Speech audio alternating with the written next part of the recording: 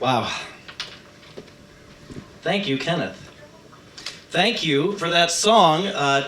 People will say that's by George Gershwin. It's actually by George and Ira Gershwin, his brother, who wrote the lyrics to every famous George Gershwin song we know pretty much. Made famous by Fred Astaire, of course, in the middle of the Great Depression. And they're singing about dancing, and that is not a coincidence. Dance, little lady, dance, little man, dance whenever you can. And boy, did Fred Astaire do that. Well, today's talk brings together a number of my passions. The title is a riff on an old Irving Berlin song, Let's Face the Music and Dance. Faith, music, and dance are for me interrelated. And I want to explore that relationship today with an emphasis on dance and on music that makes our bodies move. The history of dance and Christianity. That's better. The history of dance and Christianity is an interesting but sadly all too often antagonistic one. The earliest Christians reacted to the pagan practices around them in the Roman Empire and saw great abuse and carelessness with the lives of other people. So they set themselves up in opposition. According to church leaders and early theologians such as Tertullian and St. Augustine, dance incited idolatry, lust, and damnation. Medieval church councils railed against dancing, specifically censuring immoral, effeminate, and mixed dancing. Violators could be excommunicated. One author of the time wrote, "As many paces as a man maketh in dancing, so many paces doth he make to hell." Yeah, men of that time saw dancing as one of the evils of women, pointing to Salome's dance as proof. She tempted Herod with her erotic dancing, and John the Baptist died as a result.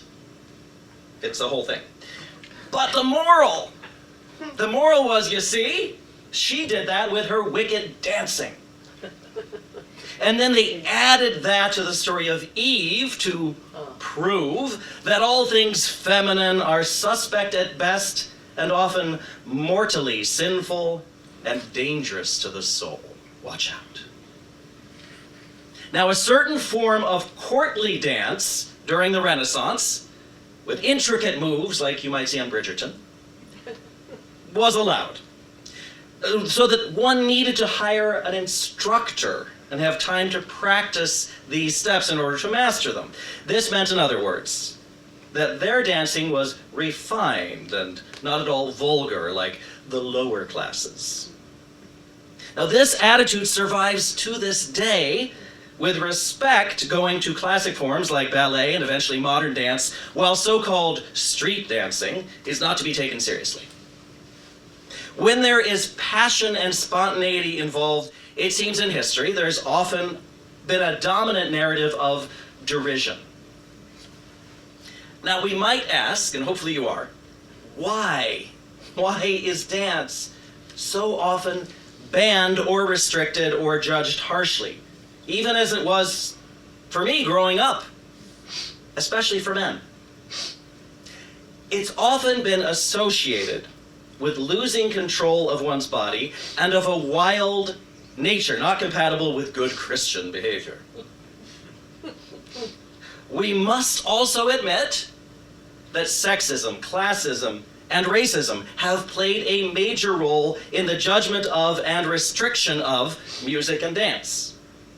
We are serious and pious, some seem to say. Well, they are not.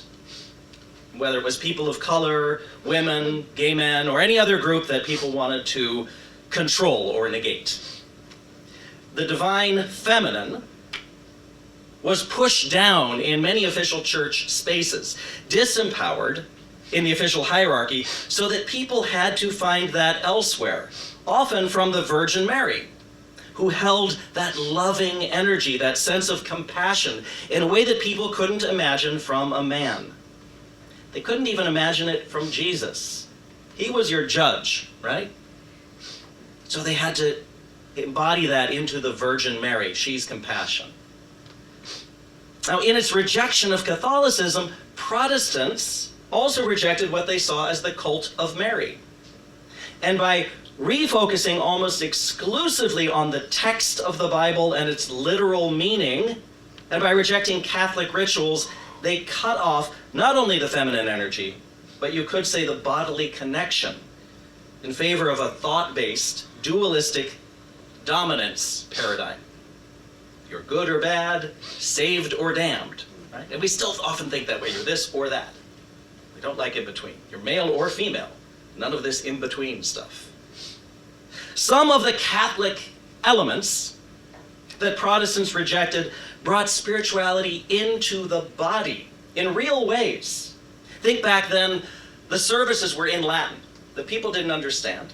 They experienced God through the incense, through the music, through this foreign language in these grand cathedrals with stained glass. It was a God experience.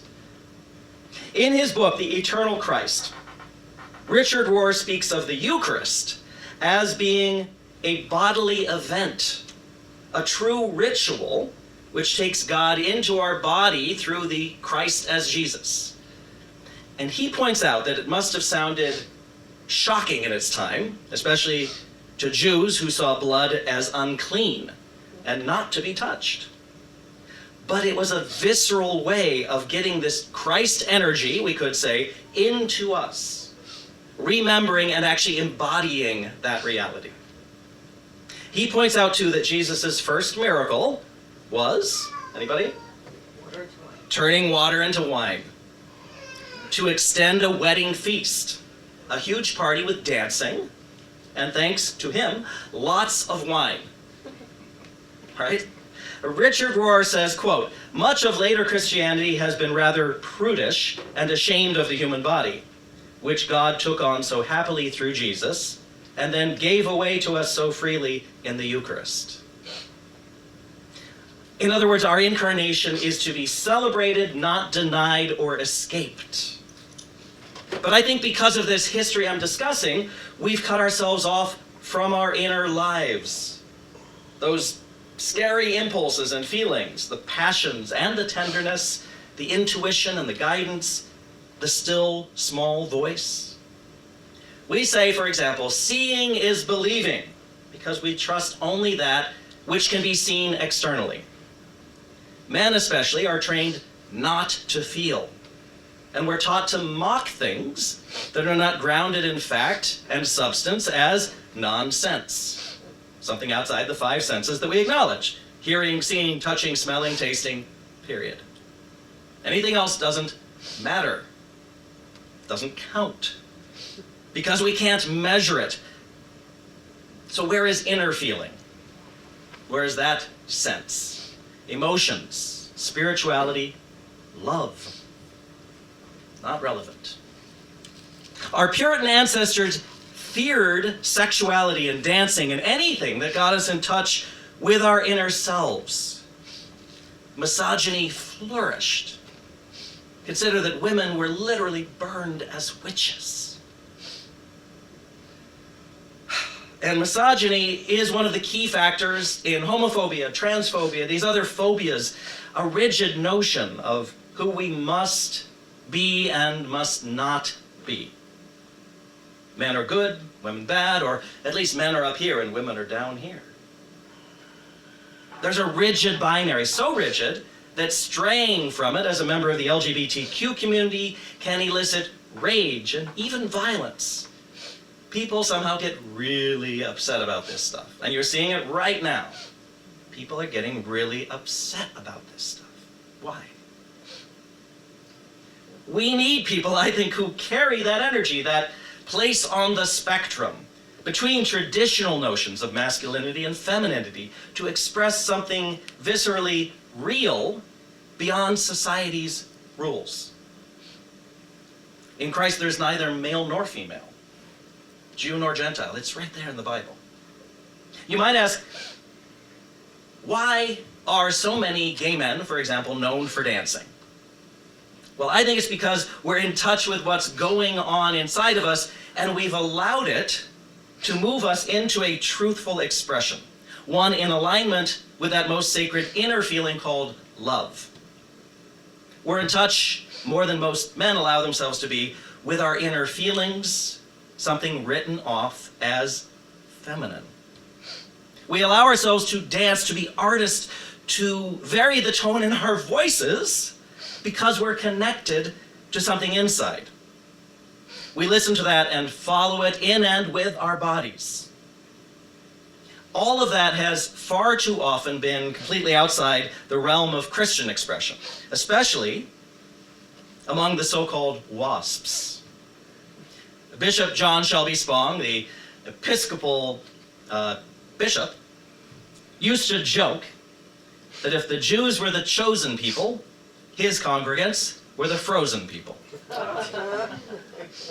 Now, black African-American churches have in many cases been more comfortable with movement and with passionate singing, and some of the Pentecostal and other churches have as well. But sexism and racism and homophobia have all contributed in our history to a rejection of dance and passionate music as unholy and beneath us in the dominant popular narrative. And not just in church circles. I remember growing up with cartoons and comedies that mocked African tribal dancing and Native American dancing. Such dancing was dismissed as primitive. And of course, the only primitive thing was the judgment itself, this dismissal. The racist denigration that was so common, it appeared in Saturday morning cartoons for children. I also remember the strong backlash to disco music in the 70s and early 80s. It was not just a dislike, it was a passionate hatred of a popular style of music. Back when this kind of public expression was rare, people wore t-shirts that proclaimed disco sucks. And back then that was a shocking thing to see. Well, I think I sensed even then that a deep discomfort with gay men who had become associated with the music lay behind the revulsion. And of course, people of color were also associated with the music. So there's often been this mocking or even disgust toward dance and bodily expression in our popular culture, and even more so in church life. Shame and fear tell us to disown parts of ourselves, that our very bodies are sinful. And I think a place of spirit should never become a place of fear. And yet, far too often, that is what has become for many, causing them to reject any organized religion. I understand why so many of my gay contemporaries refuse to go to any church or get near it. Millennia of persecution will do that. And that's why places like Unity are so healing and vital. And as we bring our bodies back into our spiritual expression, as we allow more passion in the music we use in church, as we do here, we begin to have a different experience in church, one that celebrates us in all of our vibrant beauty. This expands the appeal of church, inviting more of us in and inviting more aspects of each one of us into the space. Such a body positive, music and movement positive take on our spiritual selves finds expression not only in Jesus' first miracle, but actually throughout the Bible. The Psalms, after all, were songs. And there's even joyful, spirit-infused dancing. For example, second book of Samuel, chapter 6. King David, who earlier, you may recall, took down Goliath, dressed not in rigid armor, but only in his loincloth, vulnerable, near naked, and yet surprisingly powerful. This same David has occasion in 2 Samuel chapter 6 to celebrate. And so he dances, once again, scantily dressed. Now listen to 2 Samuel 2 Samuel 6, verses 20 to 23, as translated with more modern language in the Message. David returned home to bless his family. Michal, Saul's daughter, came out to greet him.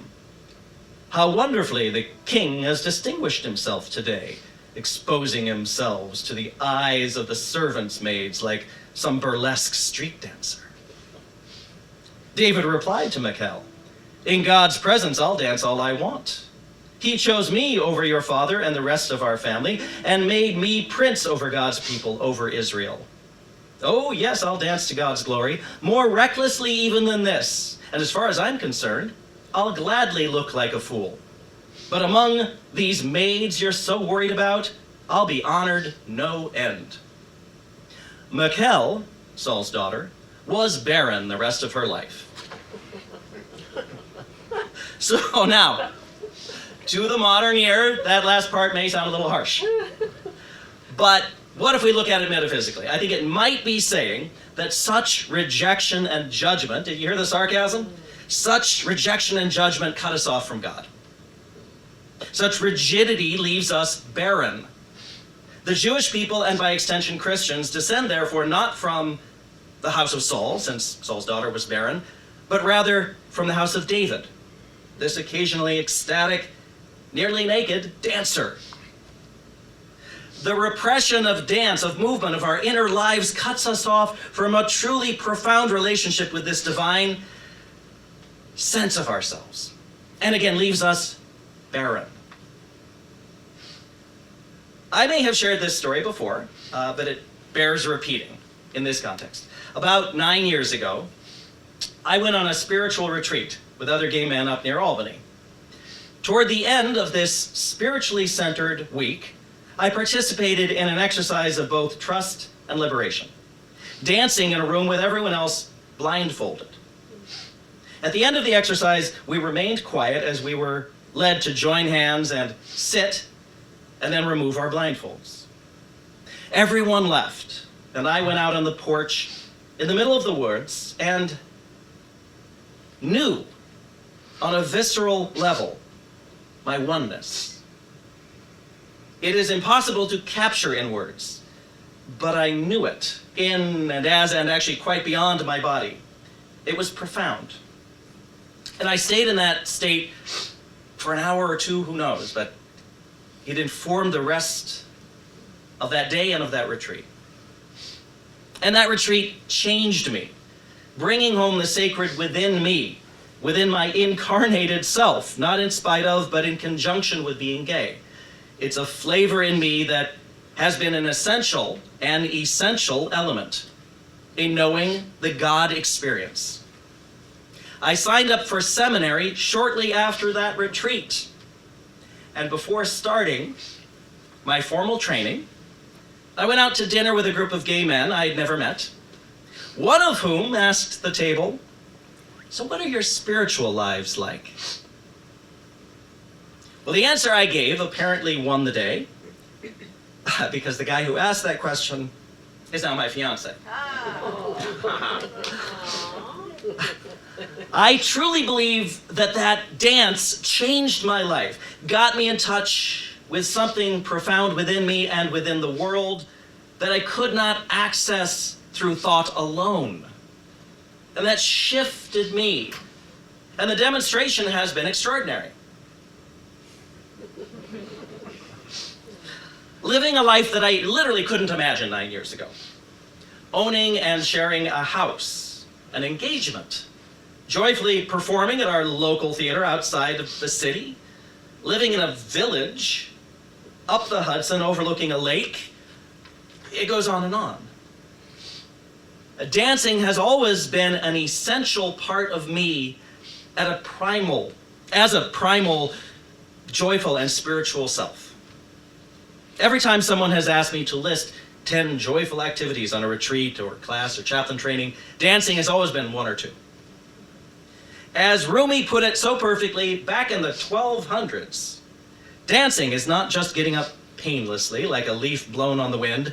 Dancing is when you tear your heart out and rise out of your body to hang suspended between the worlds. He also said, "Whoever knows the power of the dance dwells in God." Compare that to the other medieval man we heard earlier, dance bringing us closer to hell. And I think you'll see the difference there. I love Rumi. Now, I got this from Wikipedia, our collective consciousness, right? Rumi believed passionately in the use of music, poetry, and dance as a path for reaching God. For Rumi, music helped devotees to focus their whole being on the divine, and to do this so intensely that the soul was both destroyed and resurrected. It was from these ideas that the practice of whirling dervishes developed into a ritual form. 100 years later, another Sufi poet emerged, one who memorized not only the whole Quran, but they say the complete works of Rumi. This poet, therefore, was given the nickname Hafez, which means one who remembers. I'd like to close today with a poem by Hafez, written sometime in the mid-1300s. It beautifully expresses and lifts up the message that I'd love for you to take today. Here is that poem. I know the voice of depression still calls to you. I know those habits that can ruin your life still send their invitations. But you are with a friend now and look so much stronger. You can stay that way and even bloom.